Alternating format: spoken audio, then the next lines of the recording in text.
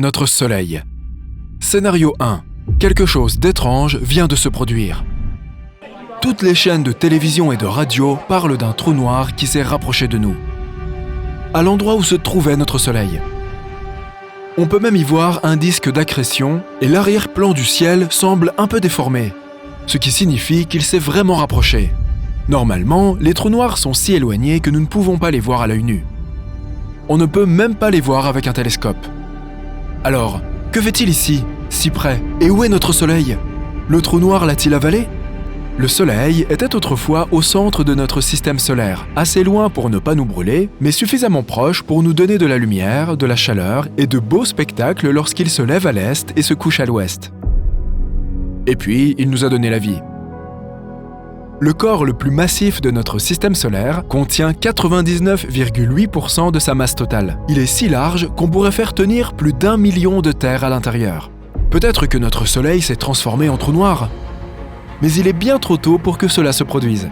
Pourtant, c'est bien comme ça qu'il se forme. Lorsque d'énormes étoiles arrivent à la fin de leur cycle de vie et explosent, ce qu'on appelle une supernova, elles finissent par s'effondrer sur elles-mêmes, devenant très petites. Une taille minuscule et une masse colossale. C'est ce qui rend la gravité des trous noirs si importante. Et même la lumière qui s'en approche de trop près ne peut pas s'en échapper. Or, toutes les étoiles de l'univers rétrécissent et disparaîtront à un moment donné. Notre Soleil perd 4 millions de tonnes de sa masse chaque seconde. Et à terme, la seule énergie qui restera dans l'univers sera générée par les trous noirs. Un trou noir est entouré de poussière, de gaz et de radiation. Les radiations sont très dangereuses, alors nous espérons que notre planète ne s'en approchera pas trop. Notre système solaire n'a plus de lumière, plus de chaleur non plus, si bien que même Mercure et Vénus seront probablement recouvertes de glace très bientôt, sans parler de la Terre. Est-il besoin de mentionner que rien ne survivra à cette nouvelle ère glaciaire? Le seul salut pourrait venir du disque d'accrétion qui tourne si vite qu'il génère de la chaleur, mais c'est trop de risques à prendre. Au moins, si le trou noir a exactement la même masse que notre astre, toutes les planètes resteront sur les mêmes orbites, Terre comprise. Mais s'il a une masse supérieure à celle de notre Soleil, ce que nos scientifiques essayent actuellement de déterminer, alors adieu système solaire, ravi d'avoir fait ta connaissance. Scénario 2. Oh non, qu'est-ce qui se passe? C'était censé être une belle journée ensoleillée, mais maintenant, tu vois l'obscurité tomber brusquement. Comment se fait-il que ce soit la nuit alors que l'horloge indique 14 heures et la Lune a l'air si différente? Les chaînes d'infos annoncent que notre Soleil a disparu et qu'à cause de certains événements mystérieux, la Lune n'est plus en orbite autour de la Terre. Elle se trouve maintenant au centre de notre système solaire. Il ne nous reste plus beaucoup de temps.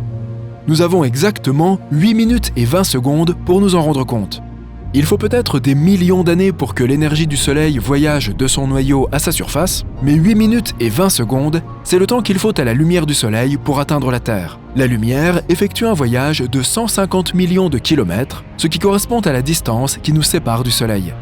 Nous ne sommes plus dans la zone habitable. Il s'agit de la distance depuis une étoile, dans notre cas, le Soleil, à laquelle de l'eau liquide pourrait exister à la surface d'une planète. Maintenant que le Soleil a disparu, sa lumière ne nous atteindra plus et notre planète deviendra progressivement une masse rocheuse gelée et dépourvue de vie. Qui sait si nous aurons assez de temps pour mettre au point les technologies qui nous fourniraient l'énergie solaire nécessaire au maintien de la vie sur Terre? Si ce n'est pas le cas, eh bien, des millions ou des milliards d'années plus tard, les scientifiques d'autres civilisations exploreront notre monde en tentant de prouver que la vie y a jamais existé. Soit la même chose que ce que nous faisons avec Mars et avec d'autres planètes de notre système solaire. C'est ainsi que nous essayons de déterminer si elles ont toujours été stériles ou s'il peut exister un signe que certains organismes y ont un jour vécu. Quelque chose d'autre, également essentiel à la vie, voyage à la vitesse de la lumière, la gravité. Sans le Soleil, pendant environ 8 minutes de plus, les planètes continueront à tourner autour du centre vide de notre système solaire, jusqu'à ce que le compte à rebours s'arrête et qu'elles finissent par dériver dans une direction inconnue de l'espace. Notre Lune n'a pas une gravité assez forte pour nous maintenir en place. Elle ne peut pas non plus briller assez fort pour nous donner de la chaleur et permettre la vie. Elle est si loin que nous pouvons à peine la voir maintenant. Sans la Lune qui voyage paisiblement près de notre planète, comme elle le faisait auparavant, nous pouvons voir que les marées descendent incroyablement vite. Et il y a de plus en plus de vent. Les vents sont tellement puissants et rapides désormais. Lorsque tout était normal, notre planète était inclinée de 23,5 degrés, ce qui explique les changements de temps et de saison.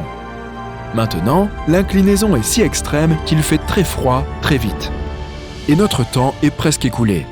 Les gens crient, tout le monde est en panique. Il nous reste peut-être 1 minute avant de sombrer dans les ténèbres éternelles. Scénario 3.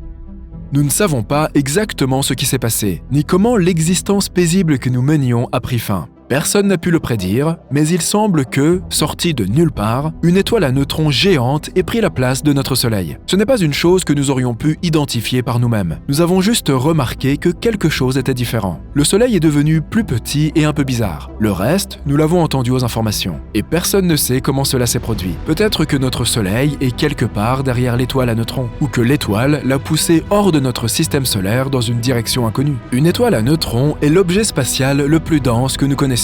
Sa masse est presque 2 fois plus importante que celle de notre Soleil, mais elle est comprimée dans une étoile de seulement 15 km de diamètre, ce qui correspond à la taille d'une ville sur Terre. Une étoile à neutrons se forme lorsqu'une énorme étoile n'a plus de combustible. Elle s'effondre dans une grande explosion. Sa région centrale, le noyau, s'effondre aussi. C'est pourquoi chaque électron, une particule chargée négativement, et chaque proton, une particule chargée positivement, s'écrasent entre eux pour former un neutron, lequel comporte une charge neutre ou nulle. Nous sommes dans une situation très délicate maintenant, à attendre que notre fin arrive. Cette étoile à neutrons a une gravité 2 milliards de fois plus forte que celle de la Terre. Cela signifie que notre nouveau Soleil va tirer toutes les planètes de notre système solaire vers lui et finira par les détruire. Ça a déjà commencé. Pour la première fois à notre connaissance, les planètes quittent leur orbite stable, attirées par la force colossale de l'étoile à neutrons. Cela devient très vite chaotique. Et ça ne s'arrêtera pas là. Une étoile à neutrons tourne plus de 700 fois par seconde, ce qui est incroyablement rapide. Notre Soleil ne tourne sur lui-même qu'une fois tous les 27 jours. Donc, après avoir détruit toutes les planètes, y compris la nôtre, cette étoile continuera à tourbillonner dans l'univers à environ 1/5 de la vitesse de la lumière. Peut-être qu'elle ralentira et s'éteindra avec le temps, ou pas. Après des milliers d'années, de nombreuses étoiles à neutrons commencent à ralentir et à s'éteindre. Mais cela ne se produit pas toujours. Si elle rencontre une autre étoile, elle se mettra à orbiter autour d'elle et commencera à se nourrir de son atmosphère jusqu'à ce qu'elle s'effondre au bout d'un moment et se transforme en un trou noir géant. Notre Soleil allait s'éteindre de toute façon. Jusqu'à ce que l'étoile à neutrons apparaisse, le Soleil avait 4,6 milliards d'années, soit environ la moitié de sa durée de vie. Il avait déjà brûlé environ la moitié de ses réserves d'hydrogène et avait suffisamment de réserves pour 5 milliards d'années supplémentaires. Il était censé finir par atteindre la taille de la Terre. Après avoir épuisé son carburant, il se serait tout simplement effondré. Il aurait conservé son énorme masse, mais son volume aurait été similaire à celui de notre planète. Pas de Soleil, pas de vie. Donc, le résultat aurait été à peu près le même. Mais de cette façon, le processus aurait été lent. Et qui sait si les humains auraient encore habité le même système solaire à ce moment. Mais avec les étoiles à neutrons, les choses vont beaucoup plus vite. Et c'est beaucoup plus imprévisible. Si une étoile à neutrons devenait folle, quelque part au loin dans une autre galaxie, nous ne la verrions que sous la forme d'une lointaine lumière clignotante que nous appelons un pulsar. Et puis, soudain, boum!